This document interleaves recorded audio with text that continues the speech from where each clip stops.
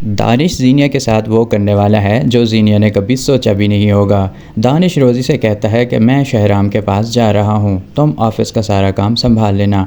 आज ज़ीनिया को शहराम के घर से नहीं निकलवाया तो मेरा नाम दानिश नहीं होगा। ये कहते हुए दानिश अपनी गाड़ी निकालकर शहराम के ऑफ़िस की जानब निकल पड़ता है।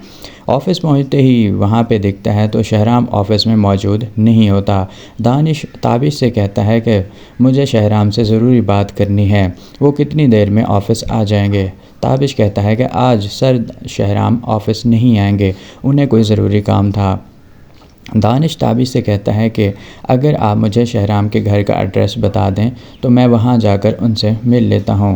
ताबिश दानिश को लोकेशन दे देता है, जिसके बाद दानिश गाड़ी लेकर शहराम के घर आ जाता है। आगे से दरवाज़ा ज़ीनिया खोलती है।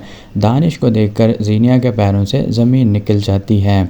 अब यहाँ क्या करने आए हो? अब तुम्हारा और मेरा कोई ताल्लुक़ नहीं है, यहाँ क्यों आए हो? खुदा के लिए मेरा पीछा छोड़ दो।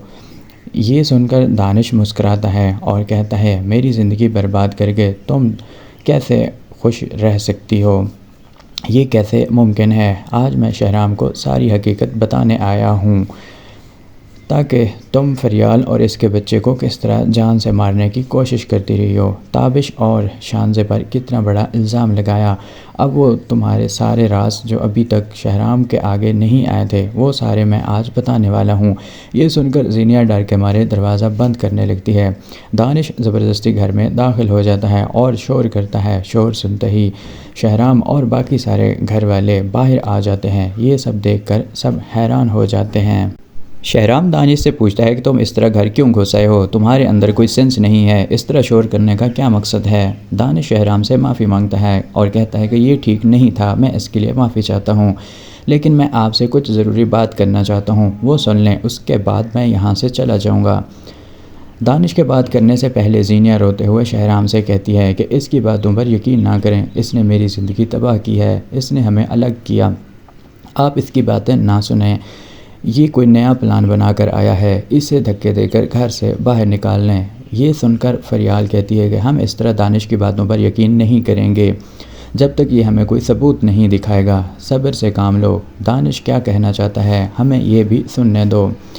दानिश अपने फ़ोन से सारे प्रूफ निकालकर शहराम के सामने रख देता है। वीडियो और सारी कॉल रिकॉर्डिंग होती है जो ज़ीनिया ने पैसे देकर पिक्चर सेंड करवाई थी। दानिश ज़ीनिया के सारे राज बिल्कुल मोबाइल से निकालकर शहराम के सामने रख देता है।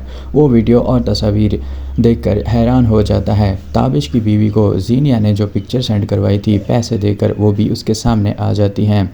उसी टाइम शहराम को ये एहसास होता है कि ज़ीनिया से निकाह करके उसने काफ़ी गलती की है, काश उसने ऐसा ना किया होता। शहराम का सर चकराता है और वो ज़मीन पर गिर जाता है। फरियाल और ज़ीनिया दोनों रोते हुए शहराम को उठाने की कोशिश करती हैं, लेकिन वो कोई रिस्पांस नहीं देता। निशात बेगम गुस्से में आकर ज़ीनिया का हाथ पकड़कर कहती है, तुम जैसी बेहिस औरत मैंने अपनी ज़िंदगी में कभी नहीं देखी। अपने मफाद के लिए तुमने हमारे सामने अच्छा बनने का नाटक किया ताकि तुम शहराम को पूरी तरह से हासिल कर सको। आज दानिश ने तुम्हारा राज सबके सामने फाश कर दिया है, हमारी आंखें खोल दी हैं।